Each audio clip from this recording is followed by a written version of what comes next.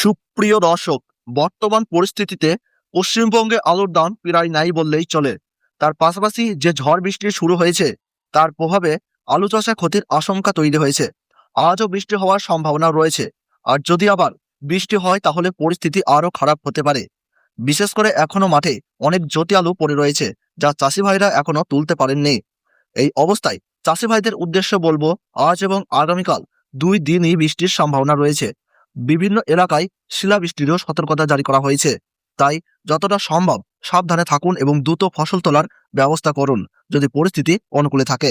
এবার চলুন উত্তরবঙ্গ থেকে দক্ষিণবঙ্গ বিভিন্ন জায়গায় আজকের আলুর বাজার দর, চাহিদা ও যোগানের ভিত্তিতে কি চলছে সেটাই আপনাদের সামনে তুলে ধরি। আপনি যদি আমাদের চ্যানেলে নতুন হয়ে থাকেন তাহলে অবশ্যই চ্যানেলটি সাবস্ক্রাইব করে পাশে থাকা বেল আইকনটি প্রেস করে রাখবেন, যাতে করে আমাদের দেওয়া নতুন ভিডিওর আপডেট সবার আগে আপনার কাছে পৌঁছে যায়। আর ভিডিওটি শেষ পর্যন্ত দেখবেন, কারণ পুরো তথ্যটি জানা খুবই জরুরি। এছাড়া আপনি বর্তমানে কোন জেলার আলুর বাজার দর জানতে চান সেই জেলাটির নাম কমেন্ট বক্সে লিখে জানাতে ভুলবেন না। চলুন এবার এক নজরে দেখে নেওয়া যাক আজকের বাজার দর কত রয়েছে। হুগলি জেলার সিমু এলাকায় জ্যোতি আলুর মাঠে দাম রয়েছে প্রতি 50 কেজি 170 থেকে 175 টাকা। মাঠেই চাষি ভাইদের জন্য লক্ষ্য করা যাচ্ছে। হুগলি গোঘাটে জ্যোতি আলুর দাম রয়েছে 160 টাকা থেকে 170 টাকা। আর পয়েন্ট লোড হিসেবে চলছে 200 টাকা থেকে 210 টাকা 50 কেজি বস্তা। তারকেশ্বরে জ্যোতি আলুর দাম রয়েছে 160 থেকে 170 টাকা। আর 50 কেজি প্যাকেটের পয়েন্ট লোড হিসাবে 200 টাকা থেকে 210 টাকা।